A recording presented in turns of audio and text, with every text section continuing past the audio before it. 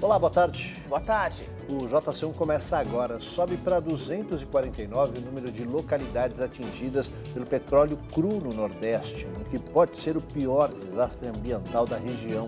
O IBAMA diz que a ocorrência é inédita e intermitente, o que não permite avaliar quando as manchas vão parar de chegar à costa brasileira. Novos áudios de Fabrício Queiroz mostram o ex-assessor de Flávio Bolsonaro preocupado com a investigação do Ministério Público. Papa Francisco avalia a implementação de sugestões do Sínodo dos Bispos para a Amazônia, que terminou neste final de semana no Vaticano. E no estúdio, nosso assunto é o autismo. O transtorno do espectro autista se caracteriza por dificuldade de relacionamento, atitudes comportamentais repetitivas e interesses restritos. Nas notícias internacionais, a vitória do peronismo com a volta de Cristina Kirchner à Casa Rosada na Argentina. E no Chile, o presidente anuncia novo ministério para tentar acalmar os protestos que continuam. E ainda a mulher de 67 anos que deu à luz uma menina. Ela e o marido de 68 anos são o casal mais velho a gerar uma vida. JC1 Cultura de Informação começa agora.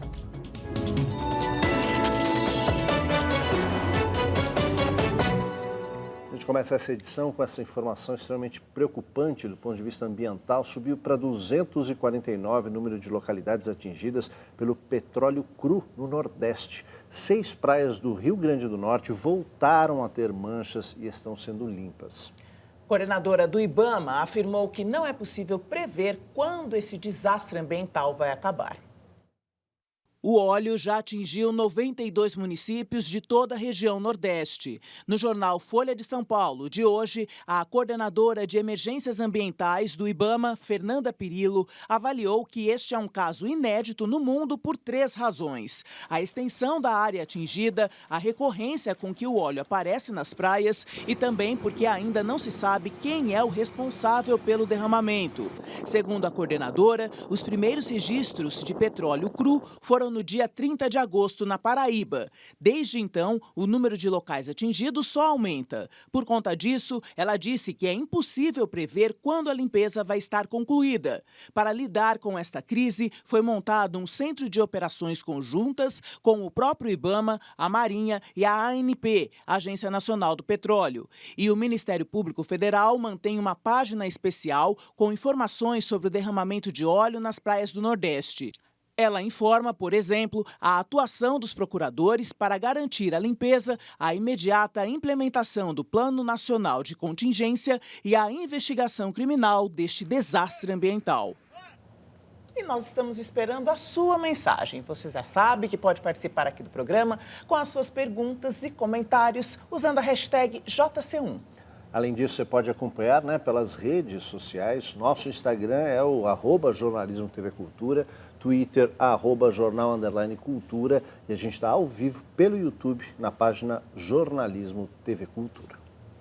Para mais informações pelo Brasil, a Justiça do Rio de Janeiro derruba a decisão do prefeito Marcelo Crivella de romper contrato de concessão da linha amarela. Importante via que cruza as zonas oeste e norte e liga a Barra da Tijuca à Ilha do Fundão.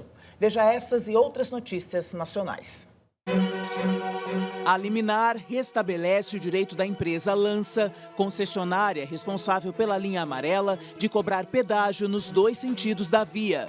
E também determina que a prefeitura pare a destruição da Praça do Pedágio, sob pena de multa de R$100 mil por dia. Ontem à noite, funcionários da prefeitura retiraram cancelas e usaram tratores para destruir cabines de cobrança, equipamentos e placas de sinalização. Na sexta-feira, o prefeito Marcelo Crivella disse que encerraria a concessão da Via Expressa após uma auditoria constatar prejuízo de mais de R$1,5 bilhão aos cofres do município. A Lança alega que não foi procurada pela prefeitura e que foi pega de surpresa.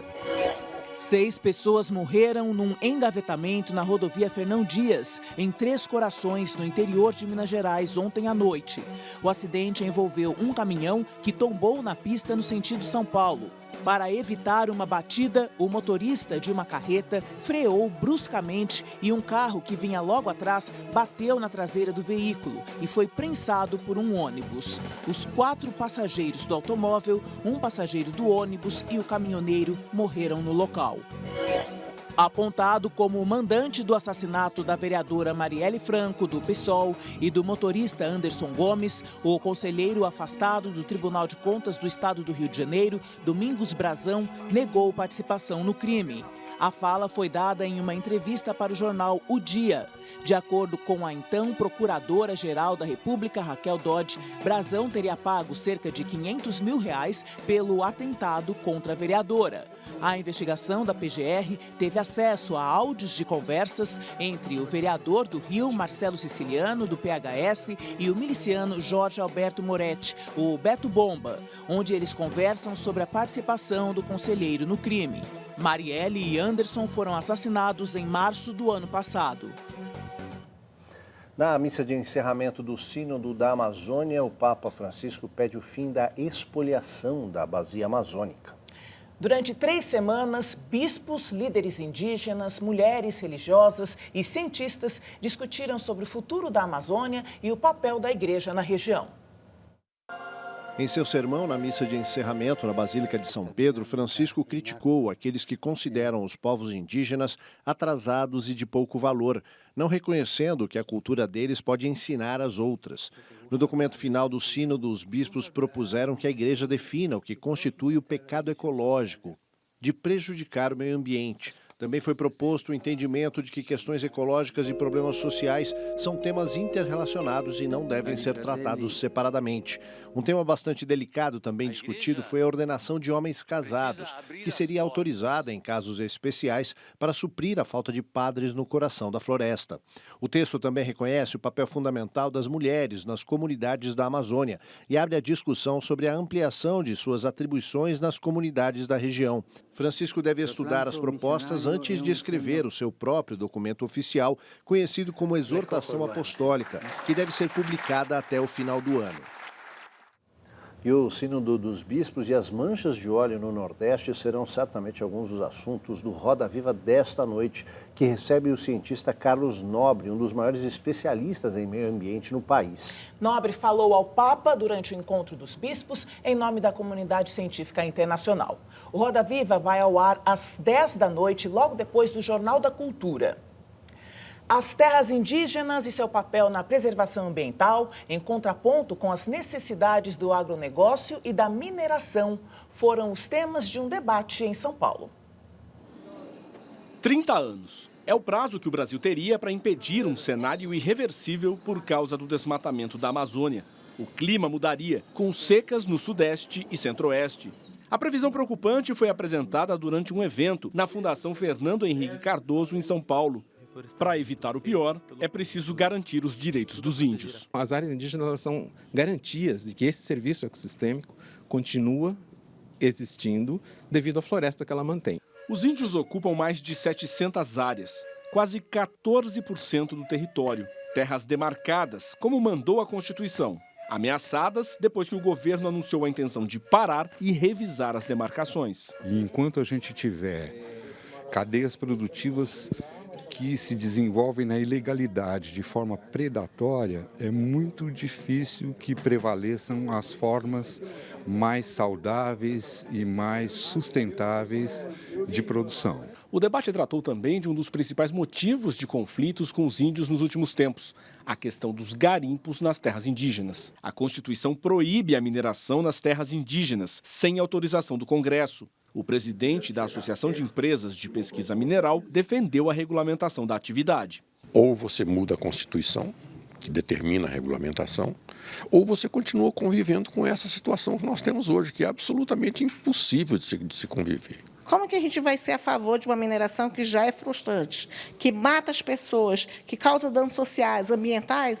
Eu primeiro quero corrigir, ver se corrige essas medidas de fiscalização e monitoramento e controle para poder discutir um grande empreendimento que seria abrir terras indígenas para mineração. E o peronismo volta ao poder com as eleições da Argentina. No Uruguai, a eleição presidencial vai para um segundo turno e ex-presidente Pepe Mujica se elege senador. E no Chile, o presidente Piñera anuncia novo gabinete depois de um final de semana de manifestações históricas no país. A segunda-feira começou sem o estado de emergência decretado no início das manifestações pelo presidente Sebastião Pinheira, que revogou a medida ontem à noite em resposta à maior manifestação da história do país na sexta-feira. 1.200.000 pessoas se concentraram no centro de Santiago contra as medidas adotadas pelo governo chileno. Durante o final de semana, outros protestos seguiram pressionando o executivo. O presidente Sebastião Pinheira passou a manhã reunido com sua equipe no Palácio La Moneda. A expectativa é pela composição do novo ministério. No sábado, ele pediu o cargo aos ministros. A oposição já disse que não vai participar do novo gabinete e prepara um pedido de impeachment. Hoje chega ao país uma delegação das Nações Unidas para apurar denúncias de violação dos direitos humanos durante a repressão aos protestos. No Uruguai, a decisão eleitoral vai para o segundo turno. O candidato Daniel Martínez, de centro-esquerda, enfrentará de novo, no último domingo de novembro, o oponente do Partido Nacional, Luiz Lacalle Pou.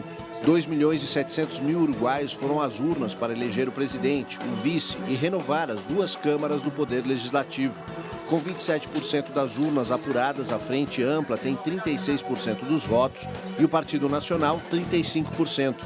Na mesma eleição, os uruguaios também decidem em plebiscito se o Exército poderá fazer o policiamento nas ruas e se o país adota a pena de prisão perpétua. Na Argentina, os peronistas voltaram ao poder com a vitória do candidato Alberto Fernandes, que conquistou 48% dos votos, derrotando o atual presidente Maurício Macri com 40%. Macri reconheceu a derrota, deu parabéns a seu opositor e o convidou a fazer uma transição ordenada e tranquila para todos os argentinos. Alberto Fernandes, ao lado de sua vice, a ex-presidente peronista Cristina Kirchner, se comprometeu a reconstruir uma Argentina igualitária e solidária. Hoje, ambos foram convidados a um café da manhã na Casa Rosada com o casal Macri. A posse está marcada para o dia 10 de dezembro.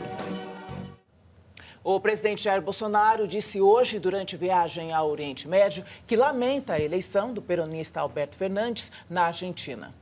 Bolsonaro afirmou que não vai parabenizar o peronista pela vitória em primeiro turno sobre Maurício Macri, mas pretende manter relações bilaterais com o novo governo. Ainda assim, não descarta pedir a suspensão da Argentina do Mercosul, caso Alberto Fernandes não aceite o acordo do bloco com a União Europeia. Lamento. Eu não tenho bola de cristal, mas eu acho que a Argentina escolheu mal. Tá? O primeiro ato do Fernandes foi já Lula livre, dizendo que ele está preso injustamente. Já disse, aqui veio, não pretendo parabenizá-lo. Agora não vamos nos indispor. E vamos esperar o tempo, né? Para ver qual é a posição real dele na política. O presidente Bolsonaro passou o fim de semana em Abu Dhabi, capital dos Emirados Árabes Unidos. Ele convidou investidores a participarem do mega leilão de áreas do pré-sal no mês que vem e assinou acordos de cooperação no Palácio Real.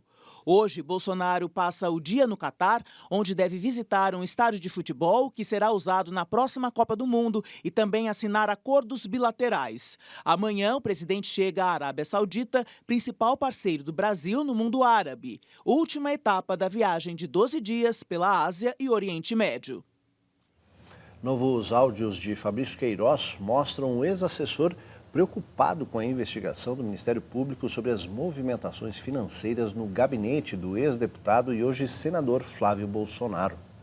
Nas conversas de um aplicativo de mensagens vazadas para os jornais Folha de São Paulo e O Globo, Fabrício Queiroz disse sentir abandonado. Investigado pelo Ministério Público do Rio de Janeiro por suspeita de lavagem de dinheiro, peculato e organização criminosa, Fabrício Queiroz se queixa em um dos áudios. É que eu falo, o cara lá está hiper protegido. Eu não vejo ninguém mover nada para tentar me ajudar aí, entendeu? Ver tal. É só porrada, cara. O MP tá com do tamanho de um cometa para enterrar na gente, não vê ninguém agir. Segundo o jornal O Globo, que teve acesso a toda a gravação e a mensagens de texto trocadas com uma pessoa desconhecida, Queiroz se refere como protegido a Adélio Bispo, autor do atentado contra o presidente Jair Bolsonaro durante a campanha eleitoral de 2018. Em outra conversa com o interlocutor não identificado, publicada pelo jornal Folha de São Paulo, Fabrício Queiroz menciona que falou com o presidente Jair Bolsonaro sobre a demissão de uma funcionária do gabinete do filho dele, o vereador do Rio de Janeiro, Carlos Bolsonaro. Na época, o Jair falou para mim que ele ia exonerar a Cileide, porque a reportagem estava direto lá na rua, e para não vincular ela ao gabinete.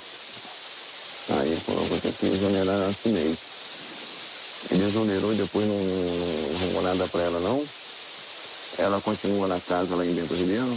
No Catar, onde se encontra em visita oficial, o presidente Jair Bolsonaro falou sobre a demissão de Cileide e negou que se tratasse de uma funcionária fantasma. É mudança normal, isso aí não tem nada para espantar. Ela, desde 2000, mora no mesmo endereço. Não é fantasma. O pessoal quer pegar fantasma e rachadinho o tempo todo, né? Ela sempre morou desde 2000. A casa é minha, está em meu nome. Ela mora embaixo e em cima no escritório, de fundo de quintal, vamos assim dizer. Esta é a segunda vez que áudios de Fabrício Queiroz são vazados em menos de uma semana. Na quinta-feira, o jornal O Globo divulgou uma primeira gravação em que o ex-assessor avalia em 500 os cargos no Congresso que poderiam ser ocupados. A defesa de Fabrício Queiroz diz que as conversas mostram que ele não tem vínculo político.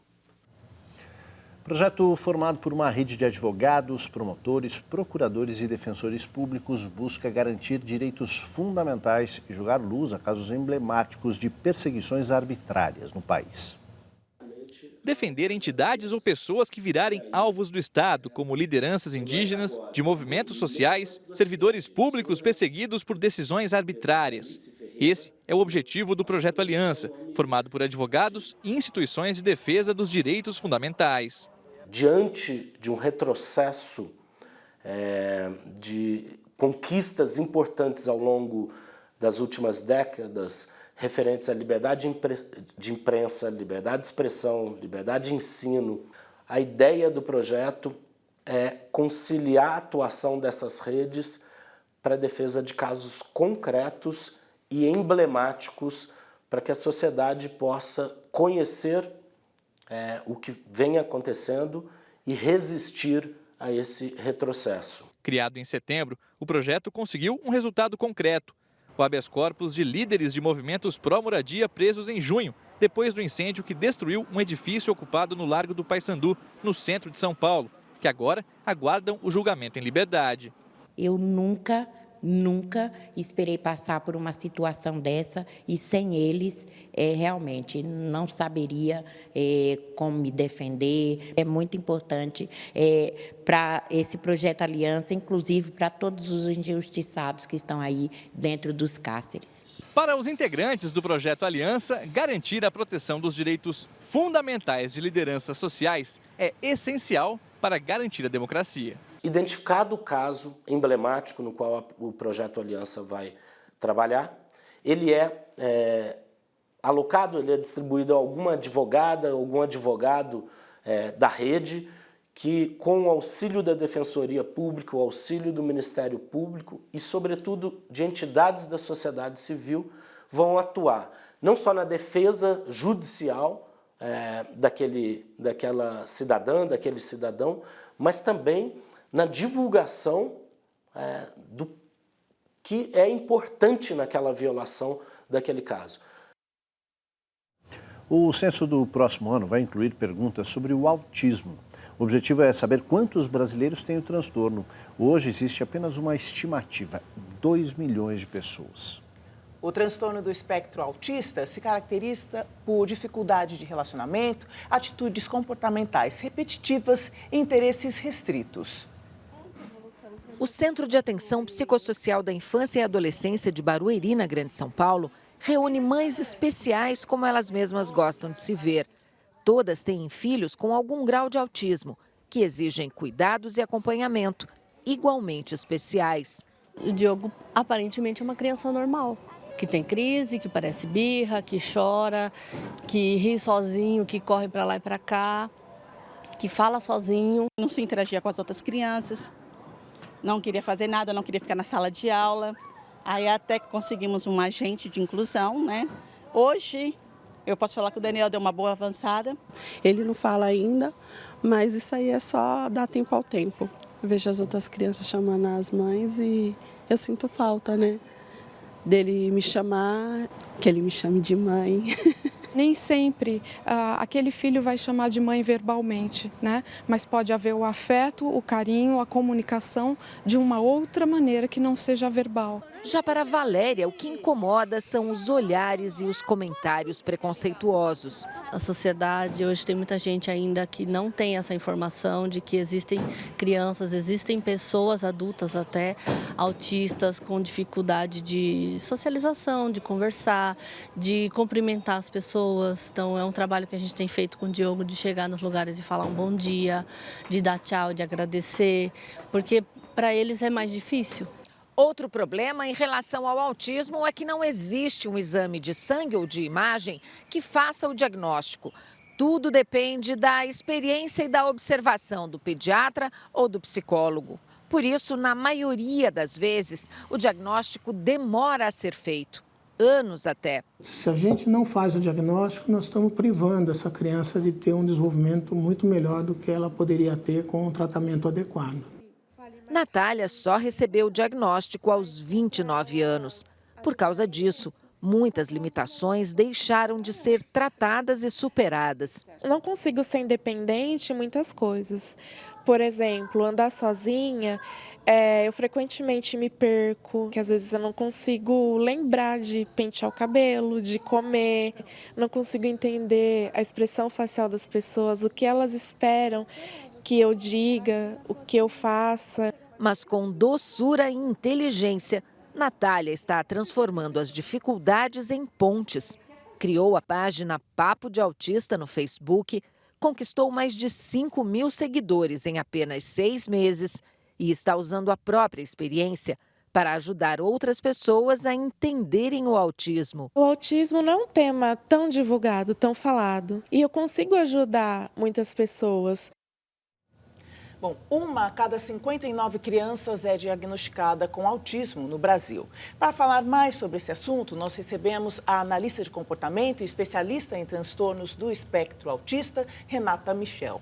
Renata, boa tarde. Muito obrigada por ter vindo conversar com a gente. Renata, a gente viu na reportagem que é a observação da família com os médicos que leva a esse diagnóstico. Mas quais são esses sinais?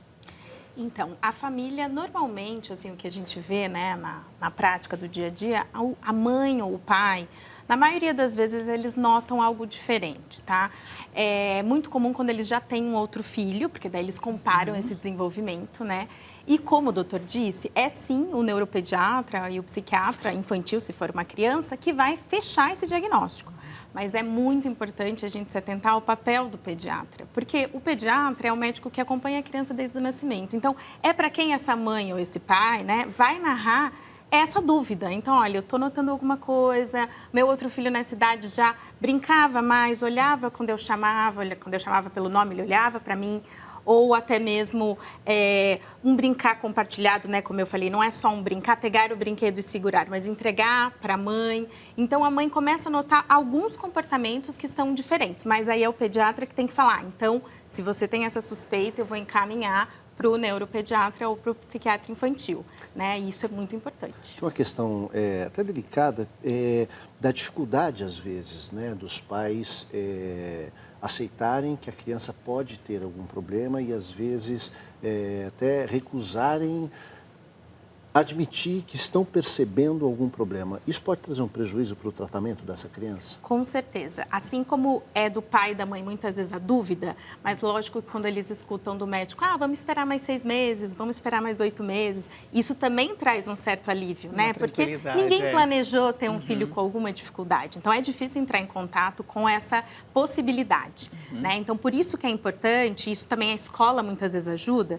porque com sensibilidade, a escola muitas vezes fala assim, olha, tem algo diferente. Pode não ser nada, vamos investigar e realmente pode não ser, né? Quando a gente fala em bebês com suspeita, a gente não está falando de diagnóstico, a gente está falando de rastreamento, que é algo muito mais amplo. Existe uma diferença de comportamento que pode vir a se confirmar como um diagnóstico leve, inclusive, né? Que, se bem tratado, no futuro pode nem trazer um indivíduo para a sociedade com pouquíssimas diferenças comportamentais comparado a indivíduos típicos, mas se não tratados, ou seja, se realmente o médico não encaminhar ou essa família for recebida pela comunidade, de uma maneira geral, o médico, a escola, não com tanta empatia e que for criando essas barreiras, isso pode dificultar muito o diagnóstico e, consequentemente, o tratamento e o desenvolvimento desse indivíduo. Então, são diferentes graus de autismo, certo? A gente viu a moça na reportagem que só foi diagnosticada com 29 anos, por ter um grau muito leve. Exatamente. Então, existem graus, por isso que a gente chama de espectro, né? Então, existe desde o leve até o severo, né? Aquele indivíduo que tem um comprometimento maior. Muitas vezes, quando a gente fala de autismo, isso vem se quebrando nos últimos anos. Mas as pessoas normalmente imaginavam aquele autista bem típico, né? Com estereotipia, que não fala e tal. E não é verdade. A gente tem indivíduos que estão no espectro leve, né? E que, inclusive, tem um QI acima da média. Tá? Isso pode acontecer. O que antigamente era chamado na literatura de síndrome de Asperger, e hoje a gente fala de autismo leve, né? Essa denominação mudou, mas é para designar justamente esses indivíduos. Eles, às vezes, não têm um comprometimento intelectual nenhum, têm um QI acima da média, em alguns casos, e o prejuízo é muito pouco, o que é bom, óbvio, né? Mas, por outro lado, o diagnóstico fica muito negligenciado. Então, às vezes, esse indivíduo passa a infância inteira, ele só vai ter um diagnóstico na adolescência ou na vida adulta, que foi o que aconteceu com ela. E hoje em dia, o que está se tornando muito comum também, é até interessante, por um lado, como as crianças têm tido um diagnóstico maior, né, muito mais frequentemente do que há anos atrás, os pais dessas crianças se descobrem autistas. Então, uma vez que o filho tem o diagnóstico, aqueles comportamentos chamam a atenção para ele, poxa, mas eu tinha algumas das dificuldades que meu filho tem. E aí eles mesmos chegam, às vezes, né, a gente brinca que é o autodiagnóstico, mas eles falam, eu acho que eu também tô. Né? Talvez menos, né, um grau mais leve, mas eles se colocam assim. Renata, e o tratamento? Tratamento. A gente tem uma gama de tratamentos, mas assim, o que é importante é a gente sempre se guiar, né? Ser o nosso guia em relação a tratamento. Para qualquer área médica, na verdade. Comprovação científica, né? Então, a análise do comportamento aplicada, ela é a área da psicologia que tem comprovação científica para indivíduos com transtorno do espectro do autismo, né? Não é a única área de investigação, tá? Então, nos Estados Unidos, no Canadá, em outros países onde existem muitas pesquisas na área, eles investigam áreas da terapia ocupacional, da fonoaudiologia, eles investigam todas as áreas para ver o que pode promover aí a melhora do quadro, né? Uma melhora na comunicação, enfim, até na aquisição de habilidades acadêmicas, mas realmente todos os tratamentos que são associados à terapia comportamental, a ABA, né, que a gente chama análise do comportamento aplicado, é o que tem realmente mostrado uma melhora significativa para esse quadro. E a escola? As mães que procuram escolas para essas crianças, a escola tem que ser especial ou uma escola regular atende também? Óbvio que dependendo do nível, né? Sim, sim, exatamente. Existem escolas especiais, normalmente na rede privada, né? Dependendo do grau, isso realmente pode ser realmente uma opção importante para aquele indivíduo. Mas, assim, é importante que as famílias saibam que eles têm direito à inclusão em escola regular, né? Que está sendo feito, inclusive, a moça narrou aqui na reportagem, que o filho dela conseguiu uma pessoa, que a lei fala que tem que ser um profissional especializado, para fazer a inclusão. E o quanto que ela relatou que ele melhorou, né, com essa inclusão. Eu acredito que para crianças muito pequenas, onde o prognóstico a gente ainda não tem muita certeza se vai ser um autismo leve ou não, eu acho que a inclusão em escola regular é muito importante, porque ela vai ter a oportunidade de se comportar ali no meio dos pares, né? Que são crianças típicas, na maioria das vezes. E essa troca, esse modelo de comportamentos vai ser muito importante para ela, né? Inclusive, é uma forma da nossa sociedade se tornando também mais sensível, né? A essa realidade de que realmente existe, de que realmente o número é muito grande e de que esses indivíduos são parte da nossa sociedade que a gente tem que aprender a incluir. Qual é a importância dos grupos de apoio? Eu diria que é muito importante, porque assim, os pais, eles, a primeira etapa, como a gente falou, né, é aceitar. Então, meu filho é autista. Não é uma aceitação fácil, né? A mãe planeja, os pais planejam aquela criança nasce fisicamente, né, saudável, e aí depois de um tempo eles têm que passar por essa aceitação. Então, o papel do grupo é muito importante, porque primeiro eles vão ver que eles não estão sozinhos. Então, a gente tem esse número muito grande, mas conversar com alguém que passou por isso, né? Eu acho que essa primeira... Eu trabalho muito com os pequenininhos, então, naturalmente, com os pais que acabaram de saber o diagnóstico. Então, eles conversarem com o pai que vai falar assim, calma, eu já passei por isso, eu sei como você se sente, né? Por mais que nós, profissionais, a gente tente acolher e faz parte do nosso trabalho esse acolhimento, mas nada como uma mãe que passou pelaquela situação. Sem Né? dúvida. Então, muito importante, muito importante. Obrigado, Renata, pela participação aqui no JC. Boa tarde para você. Obrigada a vocês pela oportunidade. Obrigada. A gente vai para um rapidíssimo intervalo. Na volta, a morte do ator e diretor Jorge Fernando. O estado de emergência na Califórnia. 180 mil pessoas são obrigadas a sair de casa por causa dos incêndios. A gente volta já já.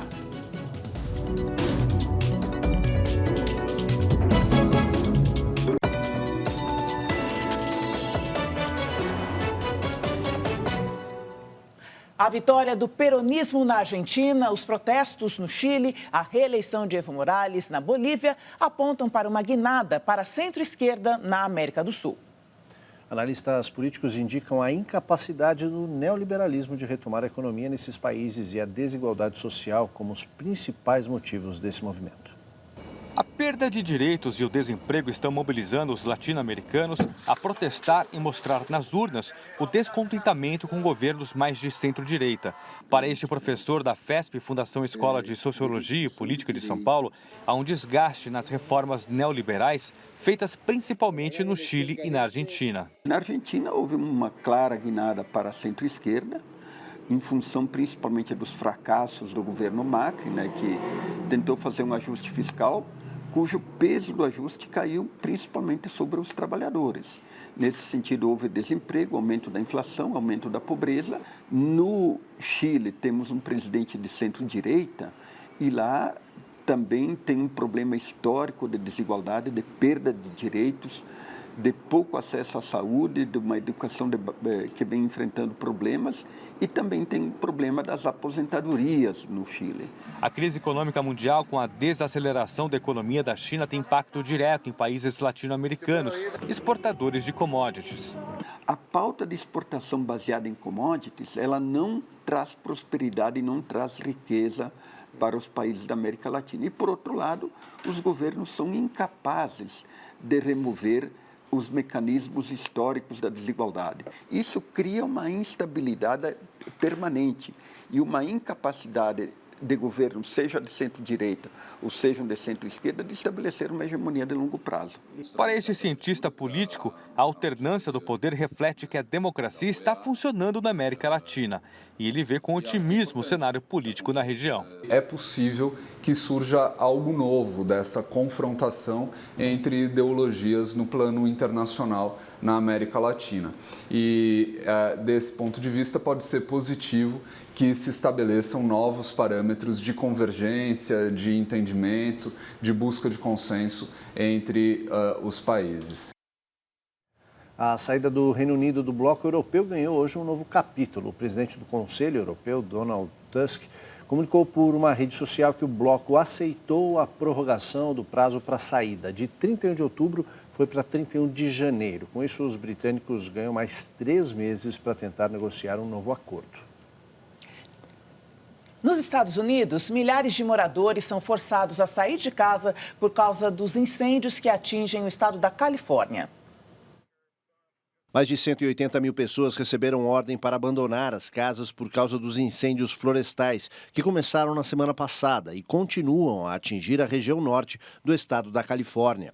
A polícia do estado de Sonoma, região vinícola onde começou o incêndio, alertou que essa é a maior evacuação de pessoas na região e que o fogo pode se espalhar ainda mais, impulsionado por ventos de mais de 150 km por hora que sopram na região.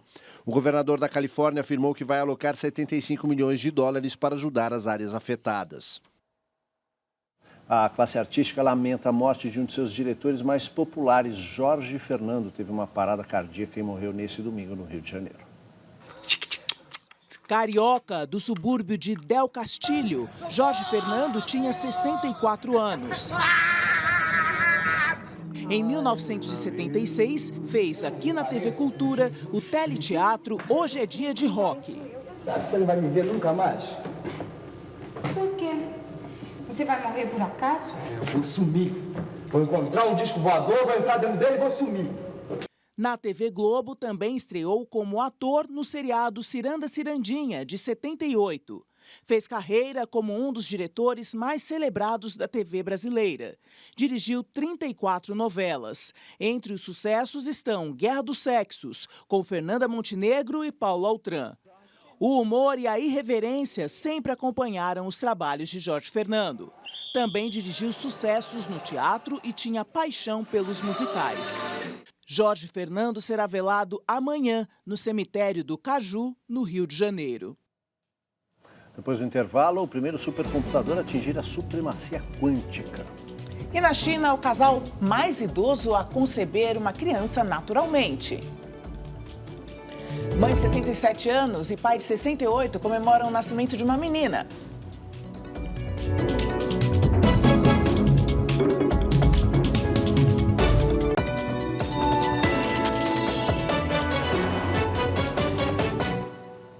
O prefeito de São Paulo, Bruno Covas, segue internado. Ele foi diagnosticado com uma tumoração no trato digestivo. A equipe médica responsável pelo prefeito divulga agora mais informações sobre o estado de saúde dele e que acompanha a repórter Adriana Simino. Boa tarde, Adriana. Boa tarde, Aldo. Boa tarde a todos. Os médicos que compõem a equipe que cuida do prefeito informaram que Bruno Covas tem um adenocarcinoma em estágio inicial. O tumor está localizado em uma área chamada cárdia, que é justamente a transição do esôfago para o estômago. O tumor também atinge os linfonodos do estômago e há uma pequena metástase no fígado. O tratamento inicial será com 3 medicamentos quimioterápicos que devem começar a ser ministrados entre hoje e amanhã, com intervalos de 2 semanas. A descoberta do tumor aconteceu em decorrência de uma trombose que pode ter relação com o tumor. Bruno Covas passou a noite na UTI por precaução, teve de suspender o uso de um remédio para realizar um procedimento. Os médicos disseram que ele está se sentindo bem e não apresenta sintomas e que a internação deve-se especialmente à trombose. Nesta manhã, no perfil oficial do prefeito Bruno Covas no Instagram, foi postado o boletim médico de domingo, que informava a constatação do tumor com a seguinte legenda, abre aspas, não tenho dúvidas que vou vencer esse desafio. Quero agradecer as centenas de mensagens que tenho recebido de inúmeras pessoas. Ajuda muito a atravessar a tempestade. Fecha aspas. Bruno Covas deu entrada no Hospital Sírio-Libanês na última quarta-feira para tratar uma erisipela. 2 dias depois foi diagnosticada uma trombose venosa das veias fibulares da perna e uma trombose venosa pulmonar. E foram os exames realizados durante a internação que mostraram o tumor no trato digestivo. Até o fim da semana, o prefeito não deve deixar o hospital e ele continua despachando daqui. Obrigado, Adriana, pelas informações. Agora vamos falar sobre tecnologia. O Google afirma que conquistou a supremacia quântica, ou seja, um grande avanço na pesquisa para resolver em alguns minutos cálculos que levariam milhares de anos para serem resolvidos por outros computadores disponíveis atualmente. Na experiência com o processador quântico Sycamore, publicada na revista científica Nature, a Google afirmou ter conseguido realizar em apenas 3 minutos e 20 segundos um cálculo matemático altamente complexo que um supercomputador convencional demoraria 10.000 anos para fazer. Enquanto os computadores tradicionais usam um sistema de bits ou conjuntos de uns e zeros, a computação quântica usa bits quânticos ou qubits, que podem ser 1 e 0 ao mesmo tempo. Essa sobreposição vai se multiplicando à medida que os qubits são entrelaçados e quanto mais qubits puderem ser agrupados, mais poderoso será o computador quântico. Sundar Pichai, presidente executivo da Alphabet, que é controladora do Google, comparou essa conquista à construção do primeiro foguete que deixou a atmosfera da Terra e chegou ao espaço, um avanço que colocou as viagens interplanetárias no domínio do possível. A gigante da informática, IBM, contestou a supremacia quântica reivindicada pela Google, afirmando que ela subestimou o supercomputador convencional Summit, que poderia fazer o cálculo em 2 dias e meio. O físico John Preskill, professor da Universidade de Tecnologia da Califórnia, que cunhou o termo supremacia quântica, considera que os efeitos da computação quântica na sociedade ainda estão a décadas de distância e que o cálculo desenvolvido pela Google tem pouco uso prático. Mesmo assim, é provável que computadores quânticos em breve possam quebrar rapidamente muitos dos sistemas que mantêm a nossa informação online segura. Por conta desses riscos, pesquisadores já começam a desenvolver uma tecnologia que seja resistente ao hacking quântico. Uma mulher chinesa de 67 anos de idade deu à luz a um bebê. Ela e o marido, de 68 anos, são o casal mais idoso a conceber naturalmente uma criança. O bebê, com 2 quilos e 560 gramas, nasceu por cesariana no hospital da província de Zhaozhuang, na sexta-feira. Depois de uma gravidez de risco, acompanhada 24 horas por dia, a mãe teve uma pré-eclâmpsia, mas ela e a bebê passam bem. Os médicos dizem que, quando examinaram o sistema reprodutivo dela durante o trabalho de parto, perceberam que, diferentemente de outras mulheres na faixa dos 60 anos de idade, que já têm os ovários não funcionais, a mãe tinha um ovário como se fosse uma mulher de 40 anos de idade. E essa pode ser uma das razões que a levaram a conceber a criança. A bebê está numa incubadora para receber maiores cuidados e monitoramento e em breve irá para casa com os pais. Jota, o senhor termina aqui. Uma ótima tarde para você. Boa tarde, até amanhã. Tchau.